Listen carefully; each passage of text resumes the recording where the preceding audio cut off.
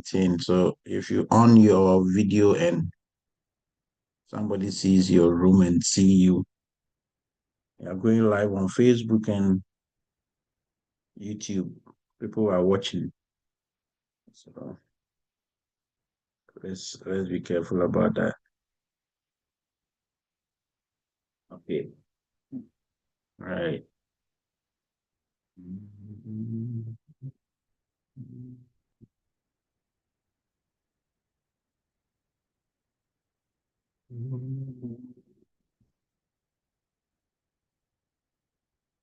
Okay.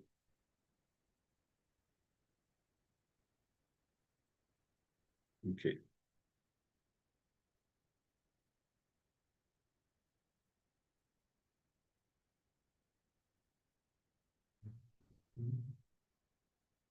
Okay. So uh we did pertussis the other time.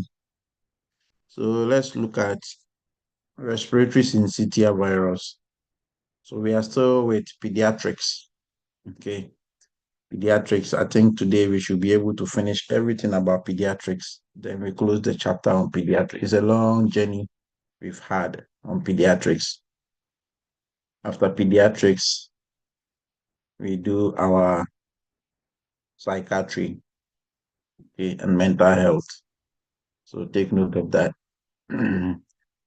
Right. So respiratory syncytial virus is one of the conditions that mostly affect kids. It's a respiratory condition. Okay. Yeah, it sometimes affects it's like the bronchioles, the bronchial tree. It's a leading cause of bronchiolitis, inflammation in infants. These children will be having hot wheezing, okay? Yes, wheezing and crackles, retractions, and poor feeding. Who can tell me why they get wheezing and not stridor?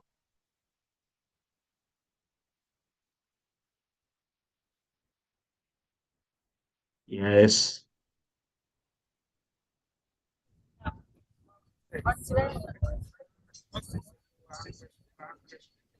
Reason because Reason because uh uh, like they present like the airway kind of narrowed. It's not the something blocking it, it's narrowed, a kind of construction. yes, So that is causing the reason. Like air is forcing to pass through a narrow space, but not in the case of shadow.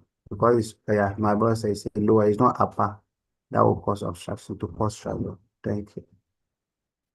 thank you so much. And so we do supportive care for these kids, okay, helping them with oxygenation and suctioning the kids, okay. And your isolation precautions is very important. Mm, yeah, it's a viral infection. So more of supportive care. Yeah. More of supportive care for them, helping them to breathe. I mean, the steam inhalation you can do with the mother, especially children who are a bit grown. You can do steam inhalation with the mother or the parents. These are all supportive care. It helps them to breathe. It helps their airways to open, oxygen going. Sometimes you do some bulb syringe suctioning for those little infants too. Okay. So we can do the zoom ups. You don't have to learn. Okay. So the zoom up, all these antiviral medications or the VERS. So this one, remember, this UMAP or the ZUMAP is going to suppress the immune system as well. So take note of that. You need to get diets that will boost the immune system, proper breastfeeding and all those stuffs. Okay. Yeah. COVID-19, children too can get it. Pediatrics. Yeah, it has come to stay. The world could not eradicate COVID-19 100%. The severity has been brought down.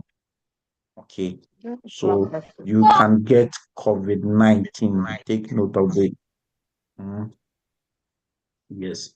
So you monitor for all these signs and symptoms.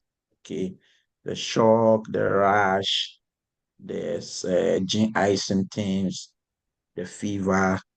Yeah, COVID-19 symptoms. So because it's airborne, yes, you do your airborne precautions. Okay, so you should take this one out.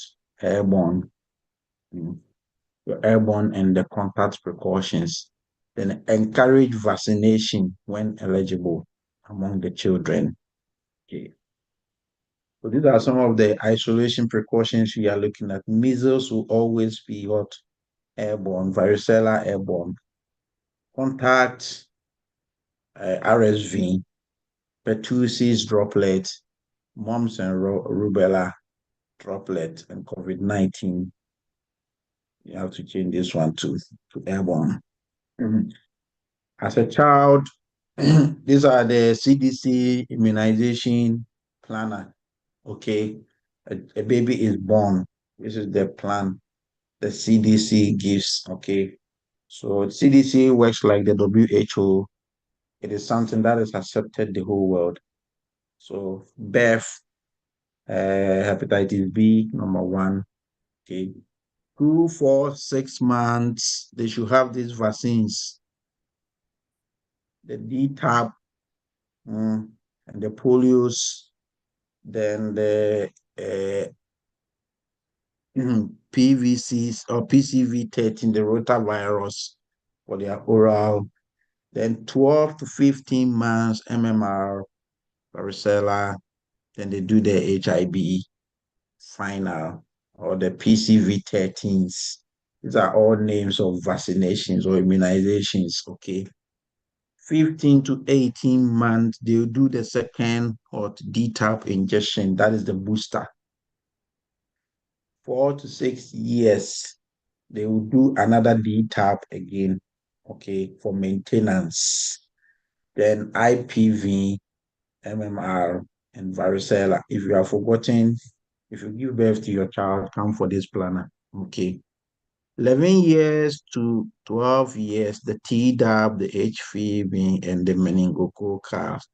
And you should always, as a parent, you should always carry your immunization record, especially if you're traveling from one country to the other. Those of you who will be coming over here to learn to work, don't forget your weighing card for your children at home because they will collect it before they start school. Otherwise, they are going to reschedule another vaccination for them. So if you are behind schedule, do not restart. Continue from the age the child is. So we have all these ages. Maybe when the child was between 12 to 15 months, you took the child to your parents. So he or she missed these vaccines or immunizations. Now the child is 4 years old. You've gone for your child back. Okay, because you want the child to come and start school at where you are. The child has missed this, has missed that. Don't go back and give these ones. Continue from here and move on. Okay, that is what it's saying. Okay, yeah. We have live versus inactive or non-live vaccines. Okay, live vaccines, yes. So they will take a virus and they will take some part of the virus, maybe the DNA of the virus to what? To recreate a vaccine. So the vaccine that we've recreated, it still has the live part of the virus, okay, or the live part of that microorganism. Yeah. So when we give this vaccine to you and your immune system is low, and that part of the animal, if you are not lucky and becomes activated in you, it can multiply inside you and take control of your body. So always when you are going to take any vaccine, they do all these checks. Okay, do you have any health condition? Do you have any blah blah blah? Some checklist you sign? No, no, no. If you sign no and they give you the vaccine and you react at home, when you come back, what you signed for, that's what you look at. You lied when you were filling the forms.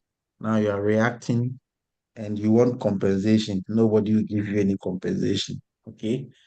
Yeah. So these are the live vaccines: MMR, varicella, rotavirus, and what? Uh, the intranasal or the influenza vaccines. Okay. They are all live. So your MMR, varicella, the rotavirus, and the hot. Okay. So that is it.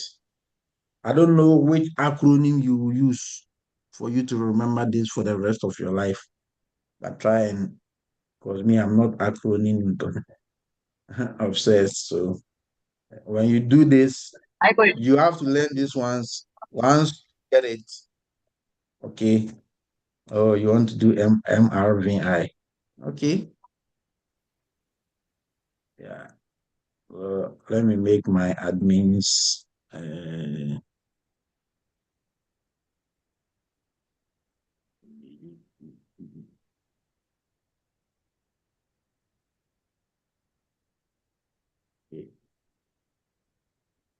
Wow. Okay. Contraindicated in pregnant women. Pregnant women always battling with their immune system, and also immunocompromised patients. Okay. Yeah. So that is what you should know. Okay.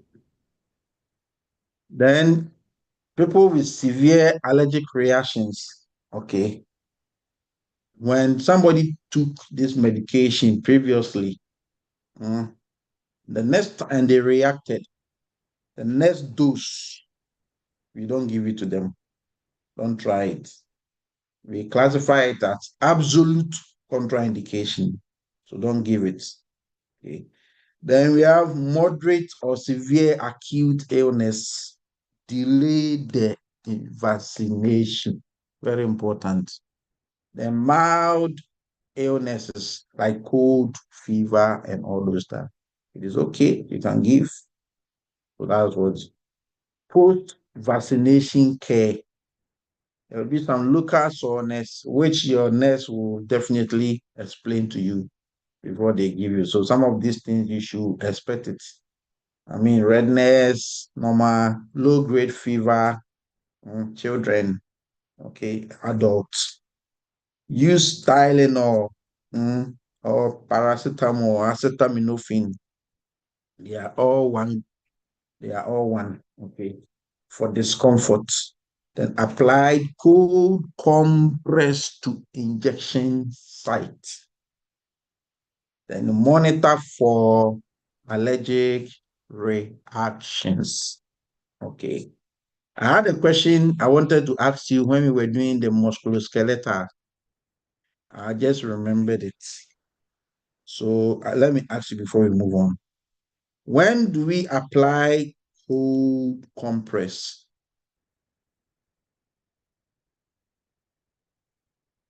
And warm compress? Yes. Michael, are you here? It has been confusing a lot of healthcare workers. Michael, clarify for us. Okay, so by my understanding, you want to apply cold compress when there is an inflammation, and then you want to cause vasoconstriction so that blood flow will be reduced or limited to the site of inflammation to, reduce the inflammatory process. And then with the warm compress, the even though the cold compress is also will also help with reducing pain, but the warm compress, the main idea, you want to help reduce the pain of the patient. Okay, cool. Yes, any other person, Michael has done it. Yes, any other person, we are sharing ideas. Okay. A cold compress for Ellen, are you talking? right. Yes, please, I'm talking. Okay. The cold compress for vasoconstriction and immediately after an injury. And the warm Okay. compress days later after. At least we can't Okay. hear her. Network I is think unstable, so she driving. Ellen, are you driving? the network is unstable. We really want to know what she's saying. Ellen, when you park, then let us know. Yes, any other person? Yeah, I have something to say. Uh-huh. With the cold compress, that one it normally applies at the early stages, just to reduce the pain and then to increase the concentration of the nerves, to reduce blood supply to the sites, just to reduce the Okay. pain. Then it is equally the warm compress. That one can applied intermittently. Either the late stage, but not so early, the later part of the stages, to also reduce the pain. Yeah, especially with arthritis and people who are normally experiencing arthritis. So, Okay. Somebody has broken the leg bone and the person was brought to the emergency room. Okay. Then the patient was later taken to orthopedic theater and surgery done for the patient. Okay. And now back to the orthopedic ward. In these two instances, okay, so this is the emergency room, the EDER or the ED nurse, EDRN, and this is the orthopedic nurse, ortho RN. Among these two nurses, which one should apply cold compress and which one should apply warm compress? They are both of them are dealing with one patient, the same patient, no name change, nothing.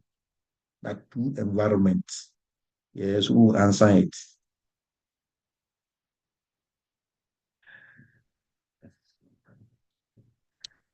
Hello, sir. Yes.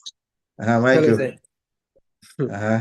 So, in my opinion, I worry. Don't worry. I don't worry. Okay, in let's go. my opinion, the ED nurse, the emergency room nurse will administer the cold compress, and then the rationale is that you want to help to cause vasoconstriction so that you reduce maybe if there's hemorrhaging, the hemorrhage will be reduced or will stop. Mhm. And then Mhm. the patient, the one who is at the theater or something, yeah, the other one, Orthopedic nurse. orthopedic, Ortho nurse. yeah, the auto nurse will administer the warm compress for pain. Okay. Do we That agree is with in my Michael? that is in my Yeah. opinion. I stand to be corrected. Yes. Any challenger? If no challenge, can we move on? Yes. So one patient to any room the patient enters, we have a certain type of compress we use for the patient. One patient to okay. So you, the nurse, you ask yourself, which room am I? What is the situation of the patient? Okay. So like Michael said, when they arrive at the emergency room, we want to stop bleeding. We want to close the blood vessels. So let's apply something that is cold. Okay. So we do our cold compress. Now, the fracture, the blood vessels, everything has been repaired in theater. They are back to the ward. But they did not go to the ER. They went to orthopedic unit. So the auto RN or the auto nurse should apply for warm compress. Why? Because the same patient that some hours ago we were stopping blood flow to this side. For Now, vasodilation. the same patient, yes, we want the blood vessels to open so that blood will flow to this side. So you see the dynamics of nursing and healthcare. That is it. That's just by the way. But it is something that is confusing a lot of people. So take note of that. Thank you. Okay, so post-op, back to what we were doing. So post-op vaccines, we have done all these things. You monitor for allergies in within 15 to 30 minutes or whichever minutes you want to do. Then vaccine hesitancy education. Okay, vaccine hesitancy. They hesitate. Okay, patient doesn't want to take the vaccine because the pastor said that if you take the vaccine, when you sleep, you see an elephant in your dream.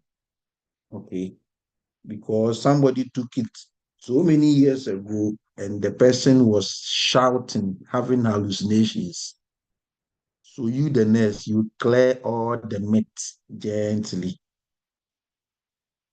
Okay. You provide CDC flyer. Every hospital has flyers. When you go to the public health nurses, they have flyers, pamphlets. Yes. Explain, go through with them. Okay.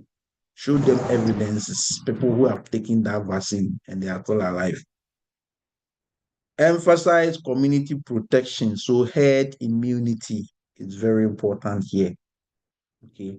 Then use evidence-based, non-judgmental communication. This one will clear or reduce what vaccine hesitancy education. Okay. Now let's go to giving pediatric medications. What are you going to look at? Their weight is very important.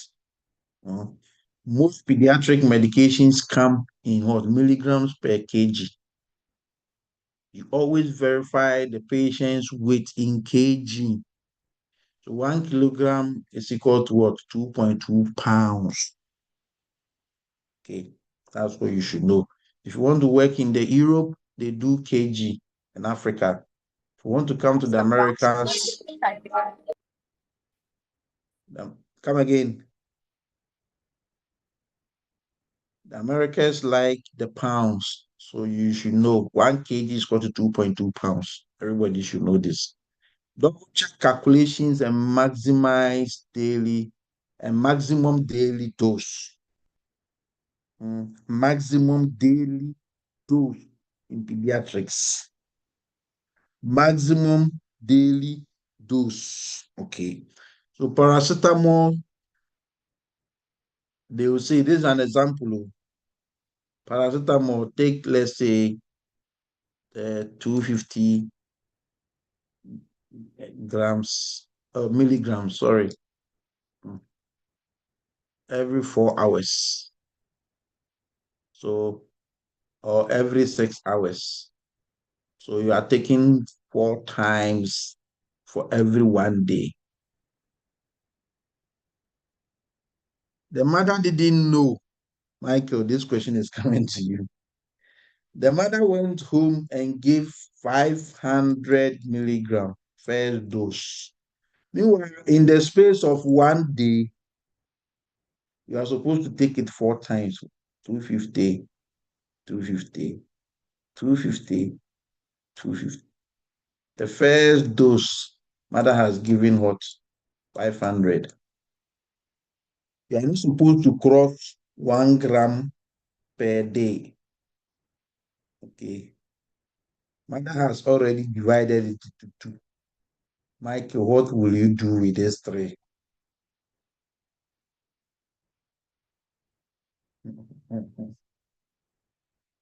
Yes, Michael will never like me because like I'm worrying him. Michael, are you there? Yes, I'm here. I didn't really get the question very well. That's why. If you can reiterate. Yes. So the mother brought the child to the hospital. They were discharged. The child was prescribed paracetamol or Tylenol. The doctor said that every 6 hours, take what? 250 milligram. So it means within the day, 24 divided by 6 is equal to what? 4 times. Oh, yes. Yes, within the day. And the precautions is always check for the maximum daily dose. So the maximum, according to this scenario, the maximum daily dose would be 1 gram. Mother went home. She didn't know or she didn't understand. She didn't also ask. She has given mother the child 500 milligram, or she mistakenly has given 500 milligram. She now called into the OPD, outpatient department. You were the nurse on duty. What will you tell the mother about these 3 left? Okay. So I will, since we are she's not supposed to cross 1 gram, and then the first dose she gave 500 milligram. I will tell her to, meaning it's suppose I will tell her to skip the next dose, so that she will give, like, technically it will be remaining with 2, that is another 500 milligram. So she will skip the next 6 hours. Okay. Sorry, she has already administered for 12 hours, so she will skip the next 6 hours. She wouldn't give, and then she will come and give the 250 milligram in the next 12 hours, so that she can administer the other one, the last dose, and it will fulfill the 24 hours and will not also cross 1 gram. If she gives the following dose after she has given the 500 milligram, she will cause a toxicity of the drug. Please, that's what I will tell the mother. She will trigger. So if she gives another one here, there is a likelihood that she will trigger hot toxicity in the plasma concentration. Okay, toxicity. Once you go and do overdose in the blood plasma and the toxicity is triggered, allergic reaction, it will break down your red blood cells, and the skin and the muscles and the tissues, the enzymes will react. So that is what you should know. Okay. So what precautions are you going to take here? What education are you going to take? Tell the woman, Michael, are you tired or you want to try? What precaution, what advice will you tell the woman between these 2 doses? She has mistakenly taken 500. So what advice will you tell in this? 1, you said she should skip. That is 1. 2. Okay. Yes. I think Suleiman, She should monitor the child for any monitor the child. adverse effects. Yeah, Yes. closely. So you will now educate the mother that the medication you have taken, these are the adverse effects. These are the signs and symptoms of an impending adverse effect. You have 2 jobs to do. I think I've mentioned this before. You have complication, and you have signs and symptoms of an incoming complication. Because somebody will not just jump and get to complication stage. No, it is a journey. You started from somewhere. So the nurse must know the beginning of this journey. That is what we call signs and symptoms of an impending. And NCLEX use this to fail a lot of people. They will reframe the question and come.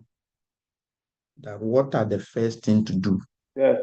What are the priority things to do? This is a priority question. Okay. They will, so this one applies to every condition in this world. You take it, the condition is the subject. So this is medication. What are the complications of paracetamol? You know, that is one. Number two, so if the complication is what? Liver failure.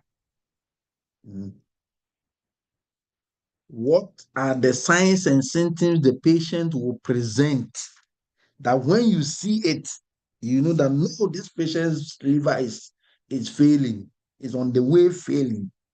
So at this stage, it is the duty of the nurse to start the nursing action or to start the health care.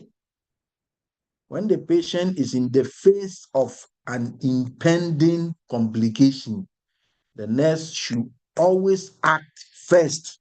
Don't go and call the doctor here first before you check vital signs. They will fail you. So NCLEX will come. What is the priority action? And another time they will come. What is the first nursing action or the first action the nurse should do? You know these tricks. Okay.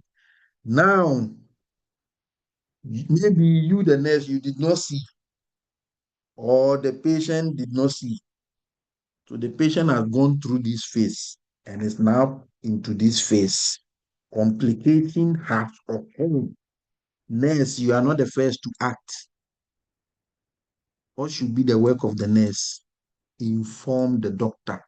Notify the healthcare provider immediately. So after you notify the healthcare provider, now you quickly go and prepare for all the anticipated things. Are we going to do cardiac arrest protocols? Are we going to do this? Are we going to do that? So you prepare for those procedures because the doctor is on the way coming.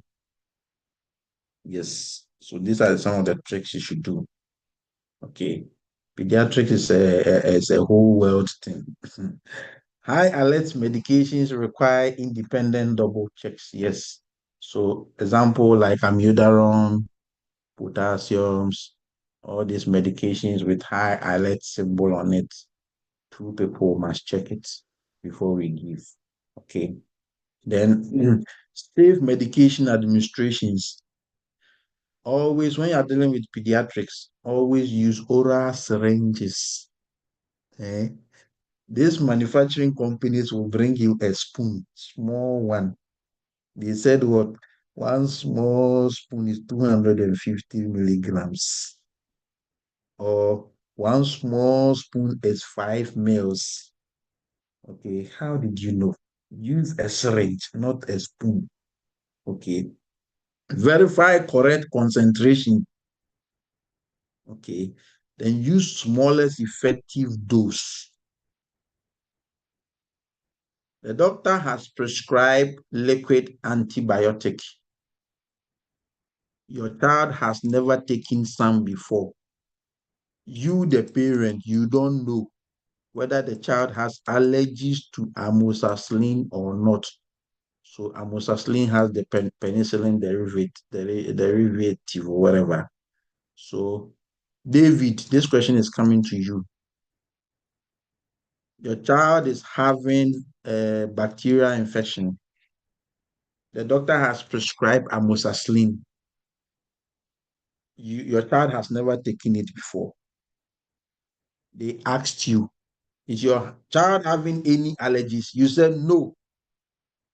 Okay, collect the pharmacist, collect the medication. Mother and child, David and son, go home. David went home.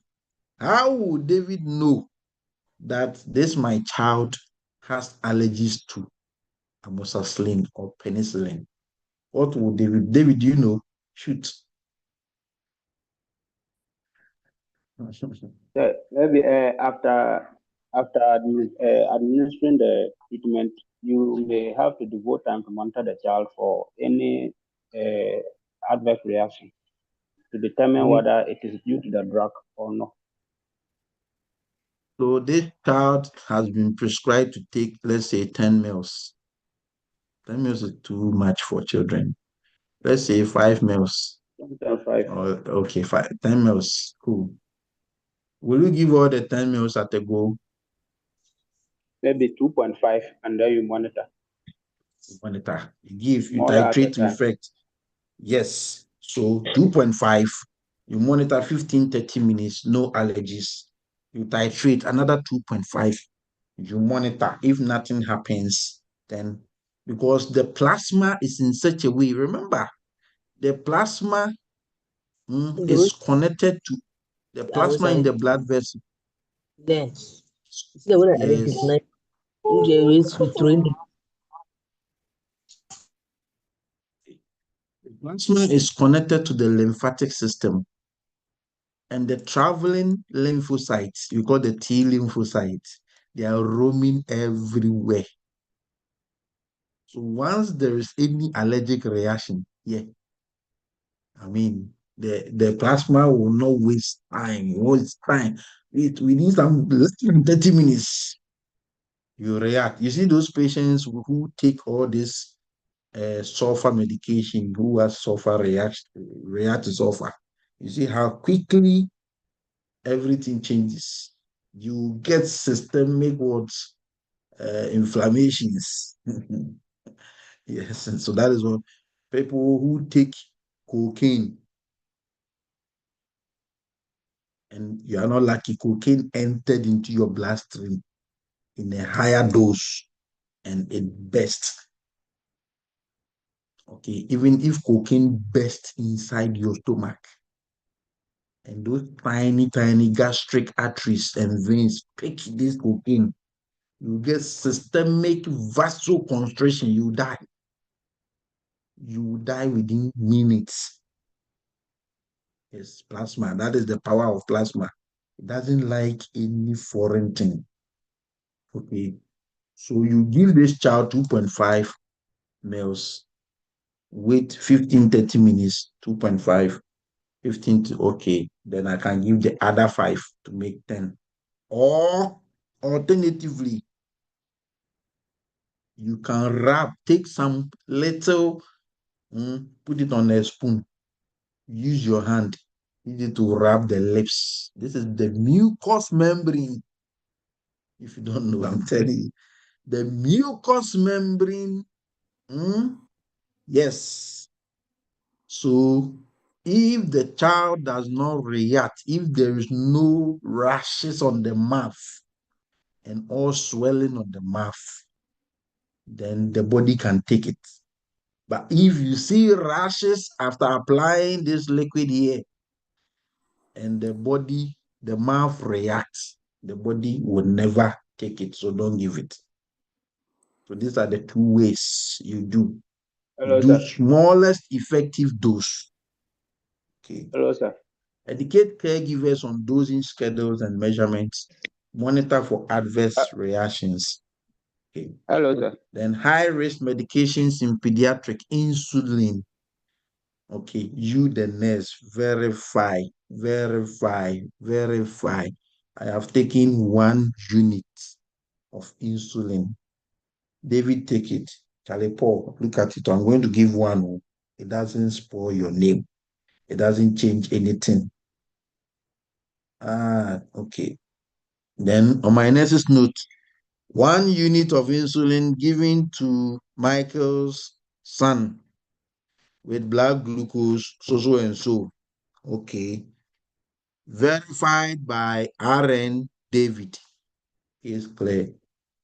50 years time when they call you that you have given this medication, you give this medication, and they will call you when you have forgotten what you have done. let me ask you, if the first day you entered ward as a nurse, do you remember the first medication you gave as an RN?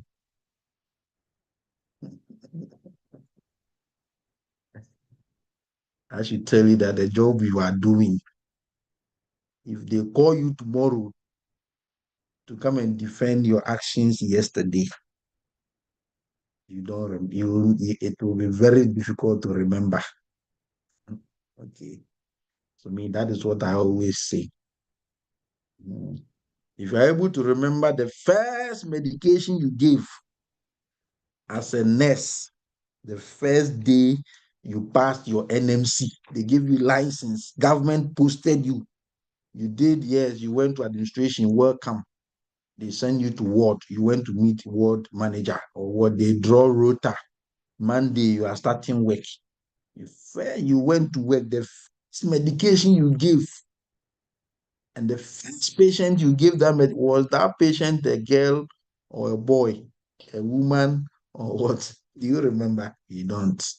Then it means you are already in a serious and a dangerous environment. That's 50 years time when they call you. So opioids, very important because it can crash you. Okay. Yes. It can crash you. Yeah. So all these medications, the we were the child who comes before me died in one of the hospitals in Ghana. Okay. I'll not mention the name of the hospital. My father was so angry that day, but it has already happened. Somebody mistakenly gave this anti-malarials and it caused immediate hypoglycemia in the child. The nurse did not know. Okay.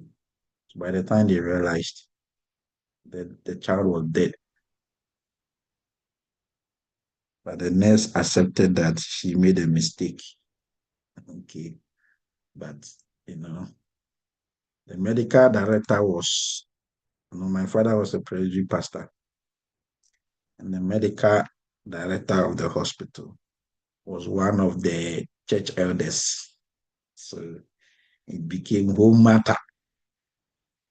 Okay. Yeah, but it can happen to you and me. So this was a little girl who died just like that. So opioids, anytime I see opioids, then I remember that incident. That opioids can easily crash your cardiovascular and respiratory system. Okay. Anticoagulant, digoxin, cancer medications. Okay. All these ones. So always double check before administration. Very important. Antibiotics. So we have the penicillin, the cephalosporin. If you don't have the antibiotics slide, please go and read it. It's on the page. Let somebody repost it to you. Macrolides. Okay. Complete full course if child improves. Don't stop it. They are dealing with bacteria. They can form a cyst and revitalize themselves and come and affect you.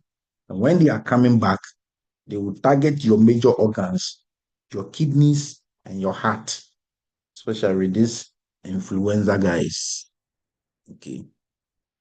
Monitor for allergic reactions. We know. Educate about GI upsets and probiotic use if prescribed. Yes. So all these ones, and some people are giving all these antiemetics and all those stuffs. Okay. Antipyretics, Tylenol, 10 to 15 milligrams per kg per dose. Monitor total daily dose. We've done it. Okay. Ibuprofen goes like this. Avoid in infants less than 6 months. Nicholas explained this, all this aspirin, ibuprofen, all those ones. Nicholas explained it last time. Okay. Then aspirin, yes, Reye syndrome. Okay. So in children. Now bronchodilators. When the child comes in the emergency situation or state, your short acting, the SABA. Okay. You give your SABA first, albuterol, salbutamol. Yes. Give it to open the airway. It's the first line of asthma medications. It can give you tachycardia, cardiorespiratory. Yes, it wants to pump blood out. Okay. Then some tremors. The long acting, when you want to give the long acting, the LAMA, the LABA, all those ones, when you want to give it, and always give long acting with steroids. Steroids. So that is what you should know. Okay.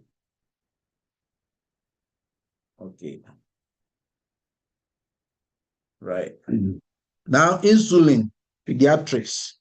We have the rapid, we also have the slide on insulin. So if you don't have it, let somebody post it for you. It's on the page, and you go to our archive. Those who joined so many months ago, it's on the page. But I also search for it. If I find it, I will send it.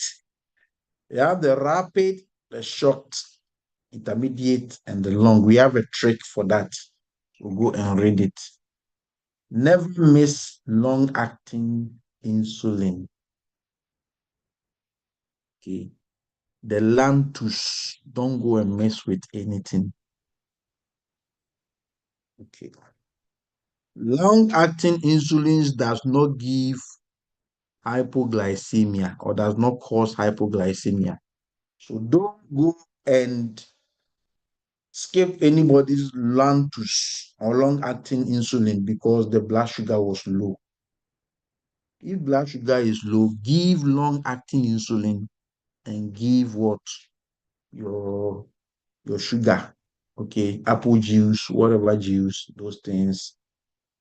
If patient can tolerate orals. Always rotate sites. Okay. Yes, you are protecting the nerves and the skin. So rotate the sites. Then you monitor for hypoglycemia, especially if you are dealing with the rapid, the least pros, those animal guys. The least pro, very important. Okay. Then let's go to the ER, emergency and critical care, ICU. So pediatric shock. Children mostly get hypovolemic shock. The most common when they want to get shock. If you take 10 children who came to the hospital with shock, about 7, their shock was caused by hypovolemia because they vomit and they diarrhea a lot. So the least thing, they are losing fluid. Ask yourself, how much is children? What is the weight? Okay, so children have small weight, less weight. So fluid, okay, it's not that much. So when they vomit and diarrhea or hemorrhage, trouble come. Okay, you went to the accident scene as what? A nurse. You are doing triaging. You see a child there who is having active bleeding, and you saw an adult with active bleeding. Which one will you tackle first? Go to the child, because the child's fluid will finish before the adult. Okay. Burns also happens. So you see your tachycardia. Don't wait to see your blood pressure dropping. Blood pressure dropping in shock is a late sign. So don't say that blood pressure is fine. So the person, no. When you see tachycardia, it means the shock has begun. The patient is Hello, sir. already in shock. Yes. With the priority aspect, can we also normally use the age to determine our guide when selecting an answer? Yes. Age. Age. Okay. Okay. Let me show you this trick. You have a child. Let's use age. I want to talk about age. Somebody is 1 year old. Somebody is 5. Somebody is 20. Okay. Among these 3 children or these 3 human beings, who has lasted on earth? It's not the 20. Okay. This one is brand new. It's new to the world. Okay. This one is a bit longer or long. And this one is more longer. Okay. Now let me tell you, in trauma or in ICU or in emergency, okay. In emergency, we are dealing with a human being. Okay. So this is the whole sum of the human being. This is the world of the human being. So you ask yourself, in the world of the human being, this patient will be having so many complete signs and symptoms. Okay. You ask yourself, which of the signs and symptoms is fresh, is new? Which one has been there for long? So let's say this patient is having hypertension. Okay. She has hypertension, taking medication. This one, all of a sudden, she is complaining of what? Abdominal pain. Okay. This hypertension has been with this patient for so many years. So it is long or longer. It is old. What is Okay. it? But this abdominal pain is new because it just came. That one, have you we? So why are you crying?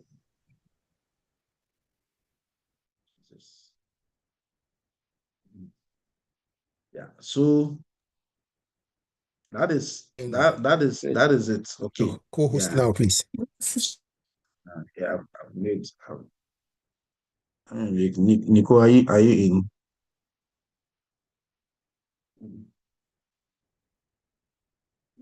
When I'm lecturing and I have to go back and mute people, it delays the work. So that is why I mostly want the admins to be doing those jobs behind. Okay. Right. So admins are host now. We'll be checking the background. So that is it. So children, you prioritize them over adults. Simple. Okay. Yes. The rapid isotonic fluid, 20 mils per kg, 20 mils, or some even say 30 mils per kg. Children, 0.5 mils per kg per hour fluid. Okay. Yes, if this is the original formula. But if you want to do quick format, okay, you can do 20 mils or 30 mils. Mostly they use this for adults. This will go for children. Cool. Move. Don't go and do fluid overload. In children, they cannot breathe. Some will come with septic shock. So infection, itis, vasodilation. If you let infection enters your bloodstream, and they start destroying your vessels, they cause vasodilation. When the vessels dilate, the capillaries will open. When they open, plasma will leave. That is why people get shocked. So when plasma leaves, okay, we call it what? Capillary leak. So once you see fever, it means what? Infection has entered into the bloodstream. Yeah, somebody can get infection here on the hand. This is the body. Okay. On the hand here, there's going to be a pain, all these cardinal signs, localized warmth. Okay. Look, you can't call this fever, you call it localized warmth. But for this infection to enter into the bloodstream, come to the heart, be circulated around the body, and this child is having fever, it means the infection has entered into the bloodstream. When they enter into the bloodstream, what do? They call this vessel, the diameter of the vessel was like this. Now, this infection has opened the vessel like this. So you see why people get septic shock. Already, if the blood volume in this child was 500, and it was at this level, because it has opened, the blood volume is still 500, but it has gone down because of the dilation. Secondly, the capillaries here, the capillary membranes that was here, you see, it's very close. We call it was semi-permeable. But because it has now opened like this. Look at, as you are becoming fat, there are some of your clothes, when you wear it, it tears. The same thing happens to these membranes. These membranes on the blood vessel lining here. So when it opens like this, these membranes will also, this space, this little space here, it will now open. So when it opens like this, so the plasma is water. They will pass through here and go to the interstitial space. So patient will be battling. Remember, this blood vessel is connected to the brain. The plasma, that is the water that is supposed to move the platelet and all the blood cells to the brain, is running away through this hole. How can the brain get what? Blood cells to survive? So unconsciousness, lethargic, they will be becoming restless, all those kind of nonsense and crazy signs and symptoms. Yeah. Because a certain bacteria entered the bloodstream. Somebody was taking antibiotics, along the line stopped. And now the bacteria have resurfaced again. So these are the things you should know. Okay. Quick. Today I won't be long. Let me be quick for you. Okay. So you do your CPRs, you check your pulse every 10 seconds. Okay. Then you start your CPR if it is less than 60 with poor perfusion despite oxygen. Children survive with heart rate. So when their heart rate drops, it's the same as cardiac arrest. Okay. So our compression depth, 1:3, 1:3, 1:3. Children, compression depth. We have two types of compression. That's CPR you are doing. We have compression depth and compression ventilation ratio. Note that this is your child. This is the chest. Okay. That's the chest. And that's the heart. Yeah. You have already placed the board under it very hard. This chest has what? Bones like this. Yeah. So now, what is the depth?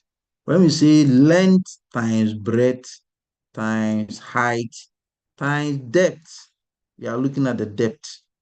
How deep? So if I'm standing here and I want to compress here, from here, the distance from here to the backbone, is deep, how deep it goes. You can't tell me that a child will have the same chest circumference like an adult. Okay, so they will have a shorter depth. Okay, so gauge it. Look at the child. Use your mind. In your mind, you calculate, okay, let me now divide this depth into 3. So if I want to compress down, if I get here, I should stop. Because once I compress deep and I come here, I'll break a bone. And you can't compress down here, you kill the baby. Okay. So they will tell you that use your 2 fingers. Don't go and do this on a little child. You will break the bone. If you use your 2 fingers, you stay in the fair zone. But if you do like this and you go for a child, you enter into the second boot, and there's a likelihood that you will break a bone. Okay. So that's the depth. So the depth is always 1:3, the chest depth. Okay. Now let's look at the compression to ventilation. Remember, I am helping the chest. If I press on it, the blood will flow to everywhere from the heart. Okay, go everywhere. If I move the blood and the blood does not have oxygen in it, then the blood is in the kidneys. Kidney needs oxygen for what? Cellular metabolism. But I compressed, I did my CPR, but it doesn't have oxygen. How do I, okay, get oxygen to the kidney? So at a point, I have to stop this. Then somebody will give what? Oxygen. But the aim is to let the blood move all parts. The body only needs what? The atmospheric air only has 21% oxygen. It doesn't need 100% FiO2, 21%. So the little oxygen I give, and if the airway is patent and there is no blockade to stop this oxygen, 21% is enough for the whole body to survive, because I have plenty hemoglobin. Even the least hemoglobin a patient should have to survive is 4 Hb. 4. So if cumulatively I have only 4 hemoglobin, I can carry 21% to all body cells. Okay. So the compression, the CPR is what the aim. I only need a little oxygen to balance things up. So if I am compressing for 30 rounds, 1, 2, 3, 4 till 30, if I'm doing 30, out of this 30, should I leave the compression and give oxygen 20 out of it? It will be a waste of time, because I don't need 20 oxygens. Puff, puff, puff, puff. I'm back 20 times within this 30 cycle. Okay. I need, okay, I need only 2. I need only 2 for this child. If I am doing it alone, if I don't have any helper, you are living with your child. Okay, I need only 2 breaths. Ayariga, have you seen it? Have you got it? Yes. So let the person who is doing the compression here do 30 rounds. If I do my 30 rounds, okay, 30. Take your time. Let me do 2 breaths. 1, 1. Okay, let me continue. That is 1 person. If you have help, we divide it into 2. 1 person is standing here, 1 person is standing here. For children, divide it into 2. If I do 15 compressions, I will do what? 2 breaths. 15 compressions, 2 breaths. That's it. That's life. You're done. Don't stress yourself. You only need 21% of oxygen, but the hemoglobin are ever ready to help. So what can we do? The heart pumping Because if you stop the heart, the coronary circulation, okay, that's what the problem is. You see this heart, there is, when the aortas leave the heart like this, there are some tiny, tiny blood vessels that connect the aorta to what? The heart muscle. And the heart is in such a way that, I've told you this before, if the muscles of the heart are not satisfied, they can never satisfy the rest of the body. So this coronary circulation under 10 seconds, if it becomes active, it will collapse. So have you seen the reason why when somebody has total myocardial infarction, total blockade of this, you see the rate at which these muscles destroy and the rate at which your cardiac enzymes shoot up. Yes. So under 10 seconds, if I don't maintain this circulation to the heart muscles, the muscles will collapse. Okay. So you are the first person to go and see somebody collapsed on the floor. Are you going to run to look for your phone? You call the ambulance to come. By the time you come, this coronary circulation is gone. Okay. We'll keep it. That's why we do more compressions. More compressions. If you understand the physiology, that's it. So you do compressions. Now, the helpers will come. They will bring the defibrillator or the automatic, whatever defibrillator. Apply the parts instantly. What is this guy coming to do? This guy is not coming to help you with the compression, though. They are coming to analyze the heart. Because the heart has what? Its own electrical activity. They don't depend 100% on the nerves of the body. They have their own electrical activity going on. So the sinoatrial atrial node, the AV node, the bundle branches, and the Purkinje fibers. That's it. So when this one shoots, we know the physiology goes through. That is what this guy is coming to do. They are coming to help us to read. Okay. But so you connect, once it comes, you connect your parts. Then the analysis will go on as time goes on. This guy will analyze. When they analyze, they tell you that which rhythm, EKG rhythm, are we seeing? Is the rhythm more of the atrium, supporting the atrium, or the rhythm is supporting the ventricles? Okay. Which part of the heart is supposed to pump blood to the system? It is the ventricle.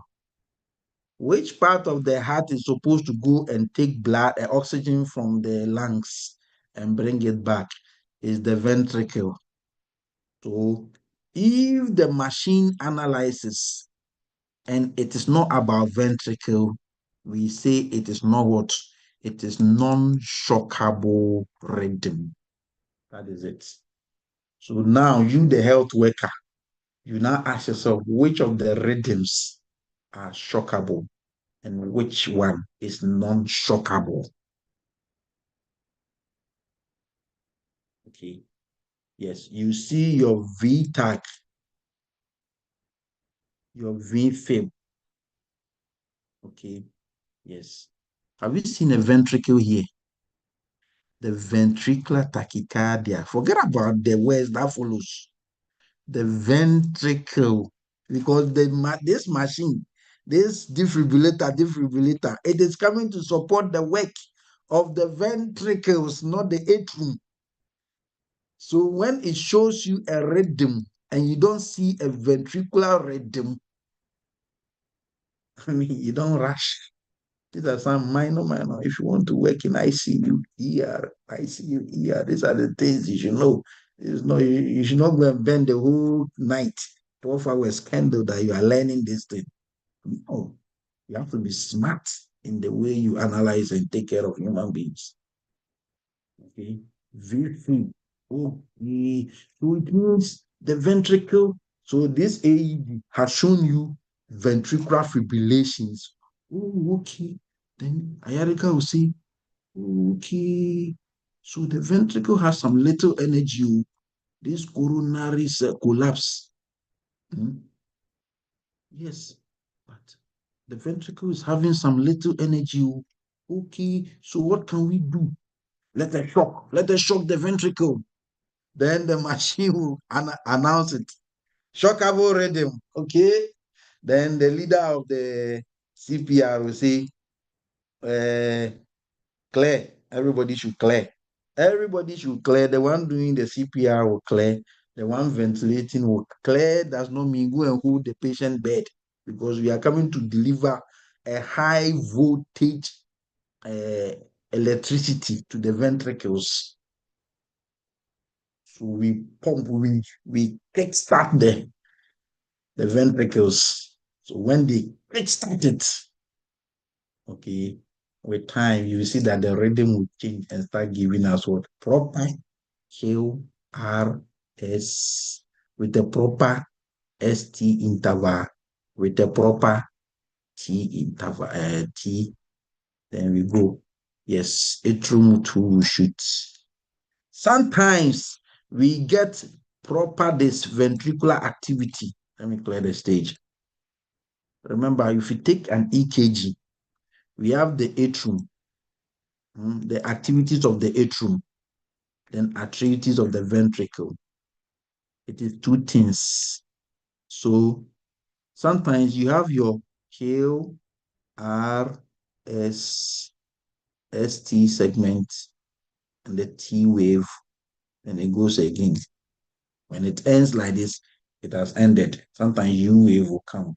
Okay. Atrium too is coming. The atrium will what? Make like this. Then it goes. Forget about this interval. Okay. I just want to. So sometimes this ventricle, when it is fooling, you don't see the proper one like this. You see VFib like this. It is time for ventricles to pump. It is giving me fibrillation. Okay, let's press the code button. When then everybody will be running to patient. Sometimes the patient will, especially those in severe pain and all those type, people will do central lines and it is triggering the ventricles. It will be giving you what? So you see the S, which one start the P, S, P, R, Q, R, S, yes. So the Q, you see the Q, you see the R. When it is becoming what? It is coming to the S, it turns into what? Like this. How do we call this? Ectopic. Ectopic. Okay. Ectopic. Yes. Sometimes when the ventricle, yes, proper Q, proper R, it is coming. This is the straight line. And it should always come back to the straight line. But instead of coming back to the straight line, it will do like this. And do like this. Then it continues. So this short interval, this one kills a lot of people. People will die. They say, I saw him yesterday. Okay. A lot of people are walking on earth with this small interval of ST with a lot of abnormalities. We call it ST elevation, myocardial infarction. Okay. Yes, it means the coronary artery, one of them is totally blocked. So the heart muscle is not getting blood. You are walking because these arteries, they are plenty surrounding the heart, supplying the heart. One of them will lead you to die. You will sleep. You are talking with us today. I'm talking with you. I can go and sleep and never wake up again. What happened? Did somebody kill him? Somebody they are gonna arrest the wife. The wife has poisoned him, and all those stuff. Yeah, so the ventricles will give you so many variations that you should know. Okay, think about it. The VTAG. Sometimes they can see a ventricle normal like this. If you don't understand the normal, you can't know the abnormals. So familiarize yourself with the normal. You see a ventricle moving like this. It doesn't take its time. It's rushing. It is tachycardia. Okay. The ventricle is having tachycardias, going so fast. Let's go and check the person's pulse. Okay, with all this rushing you are rushing, are you producing results? Because in life, they say people who rush does not produce results. But if you talk, if you brag, but you produce results, everybody will salute you. So ventricle is bragging with tachycardia. Is it producing results as a pulse? Let me go to the groin of this patient. Take a pulse here. Let me go to this side, or let me check the neck vein. Okay, neck at this artery. Take a pulse here. With this bragging, am I getting a pulse here? If I'm getting a pulse, I will say, oh, the patient is having VTAC, but there is a pulse. I don't need to do cardiac arrest algorithm. But once you see the ventricles bragging, tachycardia, but there is no pulse, I say, this guy, let's trigger the. So that is it. Atrium too will come. And I mean, sometimes the atrium too will try to resurrect. So when they're resurrecting, they'll give us some fibrillations here. Or sometimes they widen the PR interval with all this. Sometimes they'll give you flutters. Yes. But one thing about the atrium too brag, when the atrium brag, we call it flutter. But when atrium brags, it is consistent.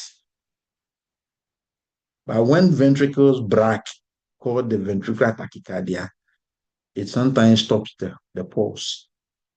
That's where the problem is. So go and know it. Okay. It's asthmaticus. You finish very soon.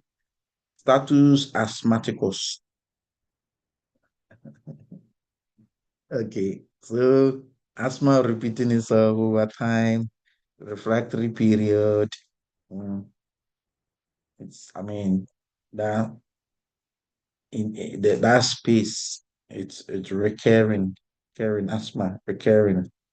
I remember in Kiwi government hospital, we used to give all these medications, IVs, and to so severe asthma, unresponsive to initial treatment, silent chest. Oh, your abdomen and your chest cavity, these two big cavity, anterior cavities leading to your back, it should never be silent. If you do stethoscopy, whether abdomen or the chest, and you see silence or you hear silence, you don't hear anything, there's trouble. Okay. The same way a mother carrying a baby, if I do fetoscopy, I should not have silent sound.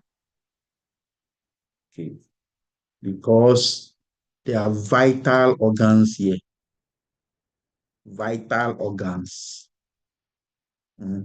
With fluid and air and blood moving through them. So you can't tell me you got a silent sound. No. We have to know what is going on.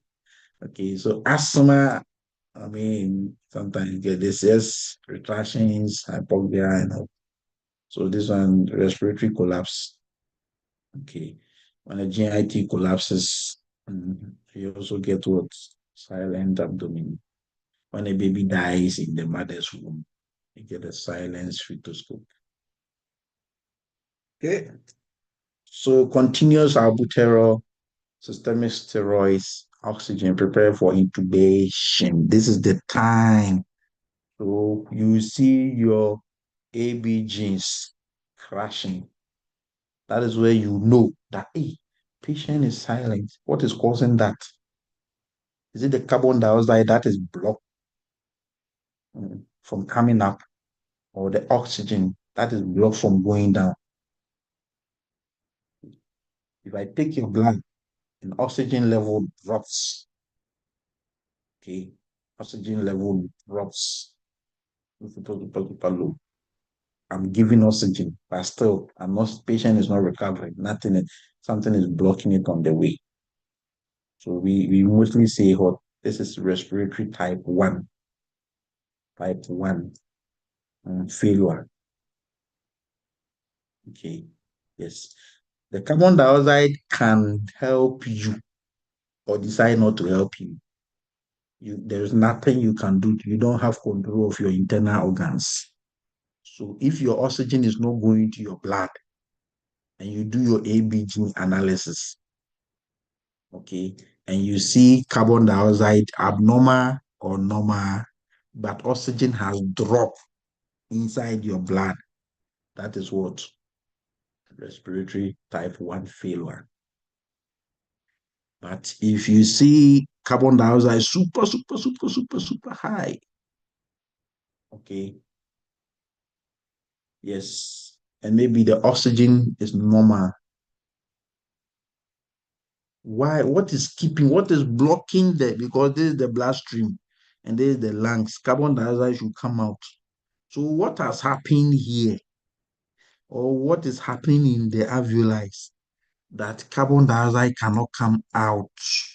It is still, when it gets here, it is coming from here. When it gets here, instead of going here, it will continue going round the body, come back here. So you did your IV or you did your arterial puncture, then you took blood out. Carbon dioxide in arteries, plenty like that. No. Carbon dioxide should be plenty in veins, not arteries. Okay, because the artery is going to supply major organs with blood and oxygen. So why has carbon dioxide followed it? You remember that Bible story when the sons of God went to, and Satan also followed. Have you considered your son Job? That is what carbon dioxide does.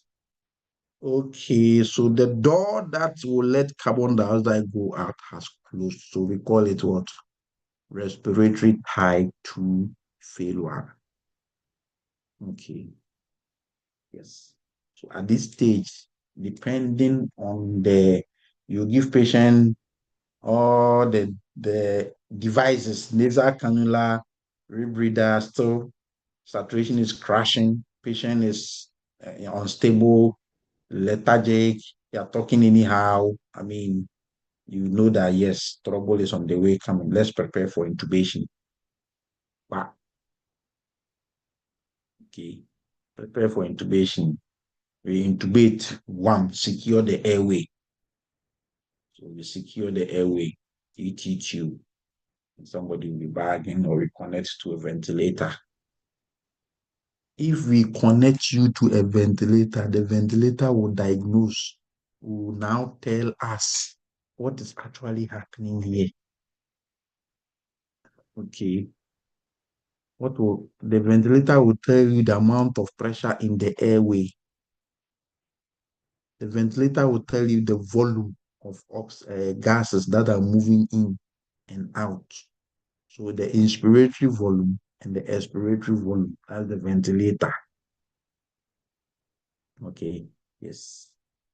So don't go and prioritize ventilation in DKA. I'm saying it again. I won't say it again. Bye-bye. Because when you see gases fluctuating in DKA, it's a compensatory mechanism. The body is compensating.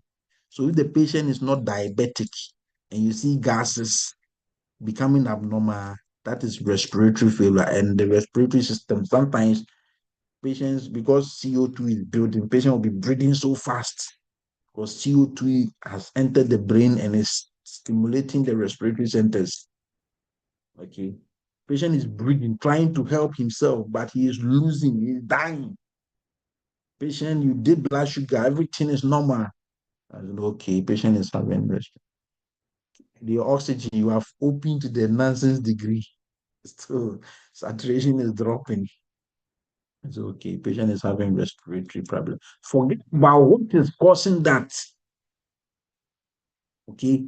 Your own is to intubate, secure the patient. Once you secure the patient, the machine, the ventilator will tell us what actually happened here. Okay. Yes. The ventilator will tell you what happened.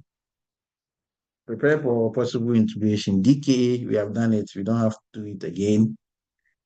Trauma in babies, you follow your ABCD approach, but nowadays they said physiology is dynamic, it's not robotic. So don't rely on this every day. If you get a question that will tell you to follow ABCD, you do cross. Okay.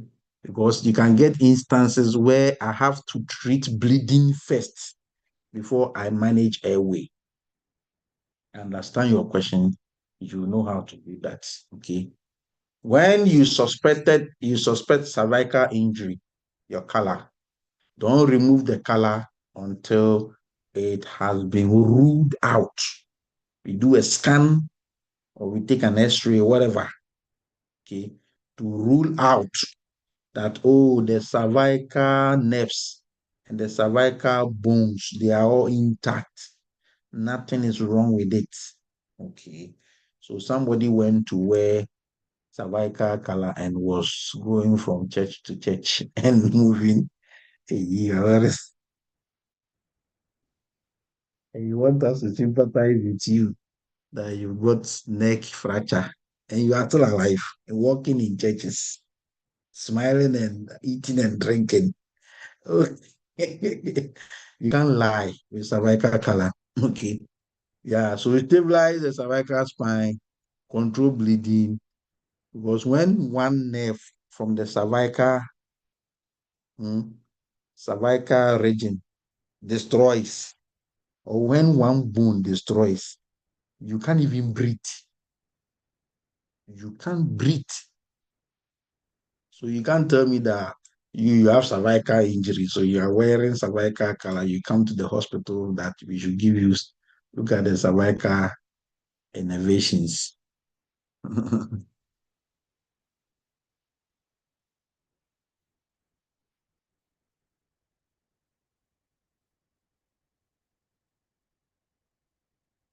The cervical bone. Okay. Is the cervical bone. Every human being, whether you are an adult or a child, this is how we are. Okay. It's with all the plexuses and everything. So, yes, this is what I was looking for. So you see, all the nerves are coming straight to your chest to supply the hands.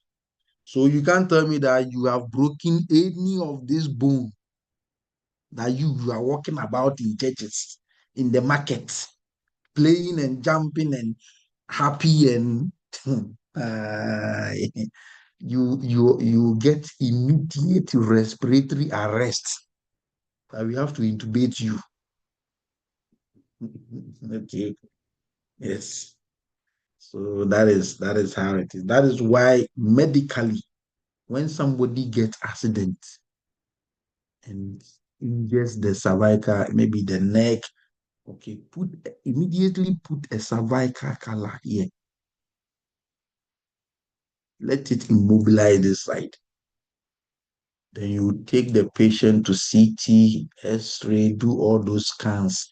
Let us rule out that all these bones are intact, 7 cervical bones. They are intact. Their cartilages in between them are intact. All the nerves, the 8 cervical nerves, okay, Yes, 7 cervical, they have 7 bones, but 8 nerves. All these 8 nerves, not even one is torn. Plus this nerve, the vagus nerve, that is wandering, traveling everywhere in the body. Okay, yes.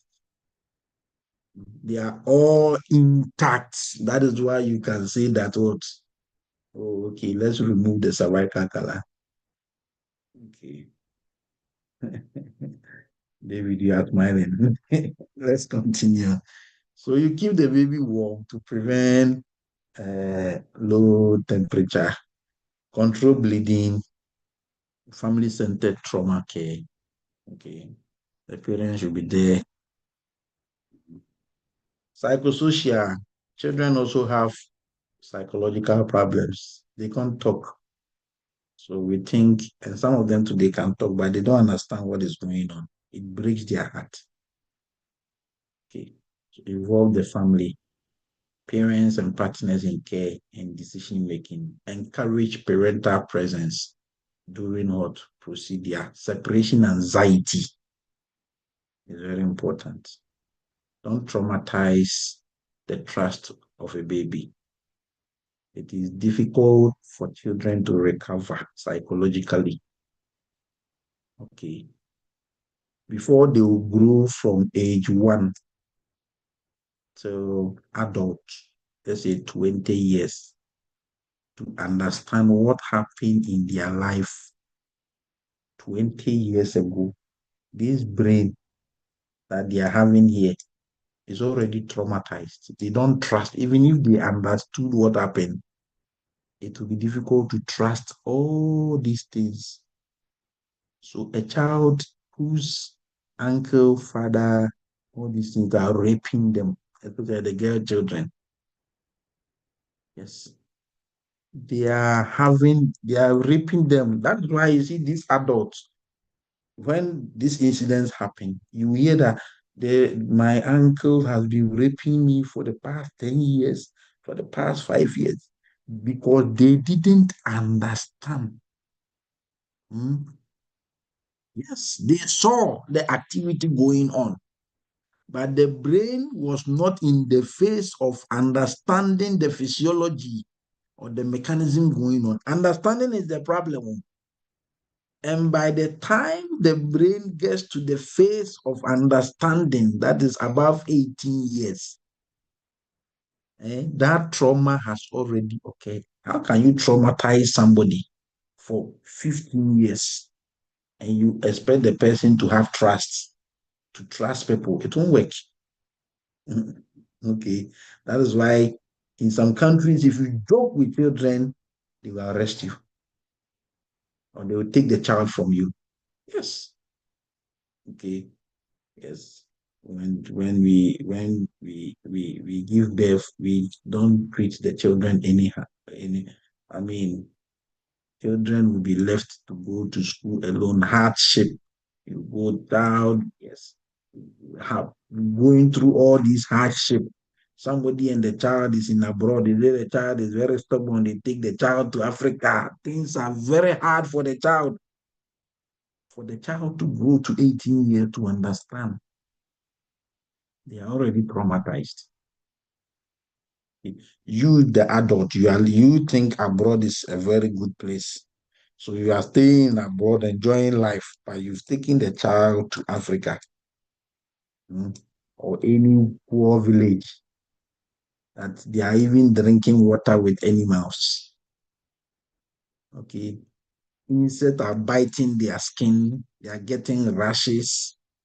I mean, they go to school, teachers are beating them like they are animals, or because they could not pass mathematics or science, or they were late for school. So one teacher will lash their back. Then you, the parent, you are in abroad, you take baths free, you get free medical care, you get this. This child will grow to 18 years. Will never trust anybody again. That is why in psychosocial, the first component we look at is what? Trust versus what? mistrust. Okay. Yes. That is it. So psychological care. Children also have issues and parents have issues with chronic illnesses. Imagine you give birth to your child and the child is battling with so many conditions that you don't understand it. The child too don't understand. Separation anxieties, preschoolers, magical thinking, fear of loss, okay, and all these stuffs. Okay. Your child is having cancer, palliative care, or the patient came in, the child has leukemia, okay, quality of life. Mm. You are treating the child, but involve the family. Very important. Okay. Yeah. End of life. This child will surely die from cancer. Okay. How are you treating the child and the parents? These are the things you should know. End of life considerations. Mm. Support parents and siblings. When a child is born in the family, look at how all the brothers and sisters are happy. They want to carry, they want to back the child, they want to, and along the line, eh? Hmm. Along the line, this child maybe 1 year develop cancer. That the doctors will say the child has only 6 months to live. No more. How does the siblings accept this loss? How does the parents accept this loss? How does so you, the nurse, you are the center of focus. Everybody is looking at you. Health workers. It's a beautiful work that we should have been paid best in the world. But unluckily, citizens trample on us. They don't understand why we exist as health workers. Citizens beat us when they come to our job place as health workers. Citizens see us as rubbish. They think we don't have any academic qualification. That is why we chose to become health workers. Because if you were good in class, we would have been engineers. They don't know healthcare is the most important commodity on earth. Yes. We deprive, imagine you get up in the morning, you are having pain, but you wear your clothes and go to work and treat a patient with pain. Meanwhile, nobody is treating you. Who watches over the watchman? Okay. You have a severe headache. You don't even have money to buy food or to buy medicine. But you go to hospital to take care of a patient with the same problem you are having. The nurse is having, we lost one of our nurses on this page. Okay. She got multiple organ failure from systemic lupus erythematosus. Okay. This lady was going to work. Imagine you have a medical condition that you know you are going to die. There you go. They say your kidney has shut down. Tomorrow you go to check up. They say your eyes are closing. Another day you go. They will say your liver is shutting down. Meanwhile, you go to the hospital and you take care of a patient who has just come to the hospital with what? Malaria. And this patient who has come to the hospital with malaria is beating you. The family members are beating you. Some of them, they strangulate you, tear your clothes because you refused to give them early care. Early care beyond you. I'm talking to the whole world because I'm on live and I'm talking out of passion. Yes. That is why a lot of people, I saw one survey this week. There's a majority of health workers want to leave the job. because we are never appreciated. And a country like a continent like Africa will keep losing health workers.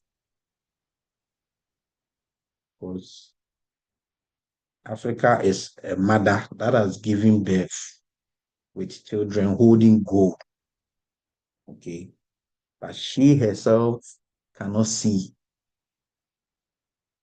the gold the children are holding. Look at people like us. What can't we whom can't we train in Africa? Okay. But we are in other people's land, working and helping them to grow. Because after series of demonstration, governments rather told fire service, police to come and beat us on the street, all because we asked for a salary increment. Yes. So the legal aspect comes in. We are finishing the chapter of healthcare and pediatrics. Okay.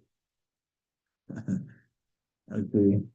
I mean, when you are in your country and you talk as a nurse, they say you don't respect. Okay. You come and learn assertiveness in abroad and talk, stand on online, talk. Yes. Because when you come to abroad and you don't talk, they say you are having autism. When we went to UK, people were bullying us and we were not talking. Our colleague white nurses were saying the African nurses are having autism because they don't talk. But when you are in Africa and you talk, your colleagues are saying that you don't respect. This person does not respect. If opportunities come, they don't give it to you. That is what is happening. So we will stay in abroad and learn how and talk for ourselves. Okay, that is it.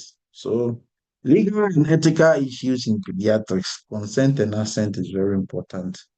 So yes, parents must give legal consent or the guardian must give a consent, but don't forget the child. The child must what?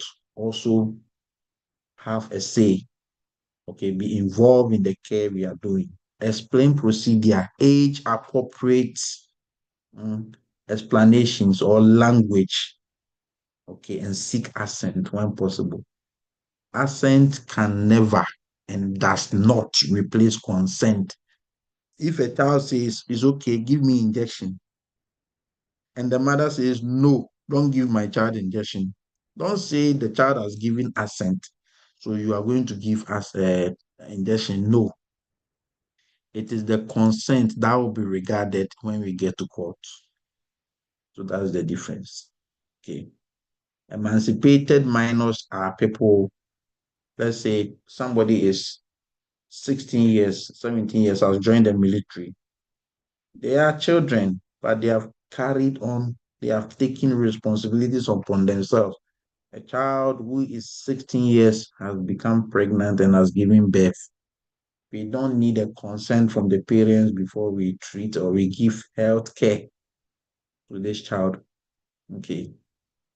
Married, 16 years, 15 years, financially dependent. You have young boys who are doing small scale mining, they are doing small scale jobs, taking care of their families. Okay. Yes, they are all considered as the law allows it. Let them make consent for themselves. Then parents, some children are parents. So a child is 16 years old female and has given birth to a baby who is 2 years old or 1 year. This baby needs what? Hernia repair for the umbilicus. But this woman is less than 18 years. The question is, are you going to tell this woman to go and call the parent to come and sign consent or not? That is what we are talking about here. Okay.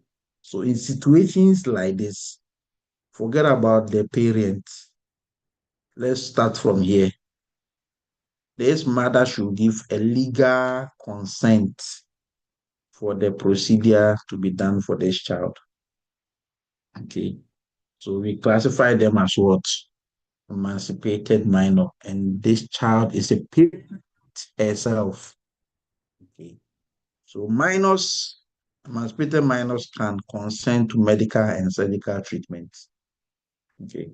Don't go and look at somebody's date of birth and come and insult the patient. So that is what you should know. Mandatory reporting. You've done this one, you don't have to go through over it. But failure to report is a legal violation. You are not only violating the rules of NMC, you are violating the rules of the country. Okay. So confidentiality, especially in adults. Adolescents have limited confidentiality rights. Okay. So sexual health, mental health, substance use. When these adolescents tell you, hey, don't tell anybody, forget about them. Okay. Share information only when safety is at risk. Share. When you see that safety is at risk, share. But, adolescent identity versus role confusion. Identity. Adolescents. So when they tell you something, listen. Okay. But whatever they are telling you, because they have issues with suicide and all those stuff. I want to kill myself. I want to hurt myself. I want to harm myself. Adolescents, okay, they have the stardom. So if they need attention and you don't give them attention, then they want to harm themselves. That is their problem. Okay. They think that nobody likes them in the family, so let me go and kill myself. They will not, and they will not go and discuss with their friend. So the friend, you should report it. This is not a matter of confidentiality, please. So Hello, sir. guys, Dave. I want to ask a question Okay. concerning the sharing of information aspect. Assuming a client of maybe 18 years has been diagnosed of retroviral infection, then the client exhibits some signs and symptoms of trying to commit suicide. Okay. Is it allowed to share the information that because of this, that's why the person is trying to do this to the parents? Yes. Safety is a denominator. So is safety touched? Yes. Safety has been touched. If safety has been touched, then we cannot protect your confidentiality. Somebody must know. We can even inform the police. United States police should be informed. They will come to the hospital. Always prioritize children. So, this used to be the format, but now changes have come. Okay. Pediatric patients, they deteriorate fast. So respiratory issues are their number one causes of pediatric arrest. Treat hypoxia and airway obstruction before all other problems, if they happen at the same time. Okay. But when bleeding comes in, stop hemorrhage. Developmental age will always come before chronological age. Okay, what does it mean? A child is 5 years old. 5 years old are supposed to feed themselves. The ability, the skill, the feeding skill is a developmental ability. Okay. Another child is 3 years old. This child is also expected to feed themselves. Okay. Feeding is a skill. But the funny thing is, This 3 years old can feed themselves. Okay. But this 5 years old cannot feed himself. We have to feed him because he is having what? So in this stage, yes, when you are prioritizing, don't prioritize their ages, prioritize their development. Remember, we have growth and development. Okay. When, when it clashes, when developmental issues and chronological age or growth issues clash, treat the developmental first. That's what they mean. Okay. So this 5 years old who cannot feed and talk and do everything for themselves needs attention first over this child that can feed. And yes, that is how it is. Okay. Especially important in children with delays or chronic illnesses like autism and all those types. You treat it for them. Okay. Safety will always come after every other thing, before every other thing. So safety in life, safety is the denominator. Then least restrictive. I want to do an intervention. I want to do an intervention. I want to, a patient is becoming noisy on the ward and aggressive on the ward. Okay. I have two options, and all the options the law allows me to give it. The first option is to give lorazepam. And the second option is to talk to the patient. Talk to patients. Okay. So when you are having dilemma, this one we call it dilemma. You don't know what to do. Dilemma. You are at the crossroad or junction. Ask yourself, let's talk about restriction. Among these two interventions, which one will restrict the patient? Is this? And this one will not restrict the patient. Okay. So when I'm prioritizing, I'll prioritize the one that has less restriction effect than this. Because once I give the lorazepam, patient will sleep, they can't move, they can't do anything. I can even crash their respiratory ability, and I have to give oxygen and put them on monitors. No. So least restrictive first. Okay. Restraint should be the last resort. Be the last resort or restriction.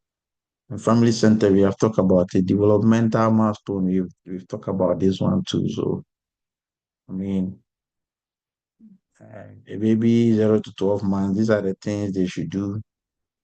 It's at the top of the page. I intentionally added it here too, so that when you are learning the slide, you don't forget. Okay. Toddlers, the things they are supposed to do, how they play with others, their social life. Always concentrate here because they ask you, they hear all the social life parallel and the things they like to play with. Okay. Yes. The social life here, 3 years, 3 to 6 years, preschoolers. Okay. Toddlers, they've not started school. They are always in the house with their mother. They always see their mother. If the mother is someone who does not like going out, then this child will not even have the ability to play with other children, other people. Some of the parents, when they close from church or work and come home, before you see them again next week, because in their house, they have television, they have everything. So children don't go out. Okay. So this child will be having issues. So if this child is a toddler, they play alone. We call it parallel play. They like that self-seeking autonomy, everything themselves. They want to do everything by themselves. No, even in the house, they don't want anybody to help them. Yes, it's the environment. Okay. And they also have, because of this autonomy, if you try to help them, if you try to do things for you, if you try to take their freedom from them, they will be what? Having temper tantrums. This child is now 3 years. Oga, you have to go to school. So there is one Roman Catholic school, private school in town for toddlers. Okay. Nursery. Oga, start going. When this child went, he went to meet a black boy, a white guy, a tall child, a short child, a tall child, okay, a child from India, a child from America, plenty cultures group, okay, out in one environment.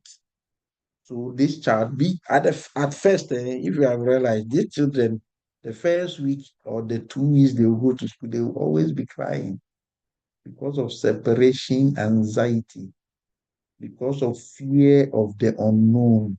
Now, where am I? I give them time. Sometimes when we be on vacation, they will still want you to take them to school.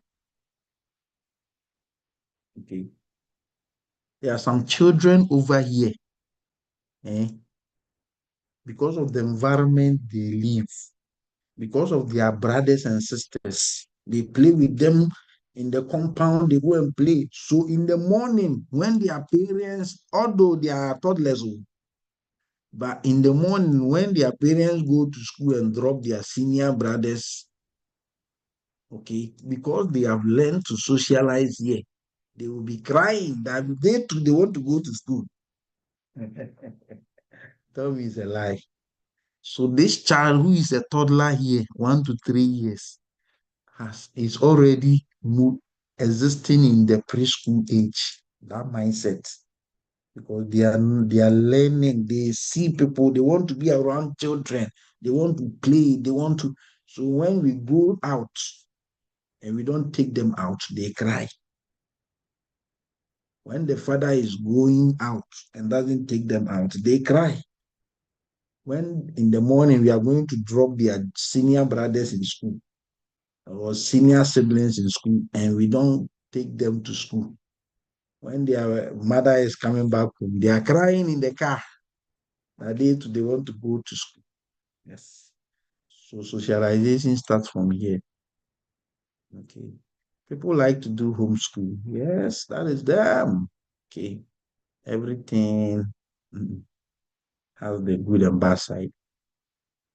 Age 6. So over here, they are playing with other people from different cultures. Now they understand people. Okay. So they like to cooperate and play with people, imaginative thinking, magical, yes, all these things. Okay. And school children, they grow. So you realize that as the child is growing, they are growing to like people, team players, okay, industrious. They want people to be around them. We want to share ideas. So what happened along the line that today you have a gift, eh? You know something. Somebody will call you, this thing that you did, can you show me? You tell the person that I don't know anything. What happened along your growth line that when you were a preschooler, you were very cooperative. When you were at school age, 6 to 12, you were a team player. So what happened that now at work, when you come to work, you don't want to talk to anybody.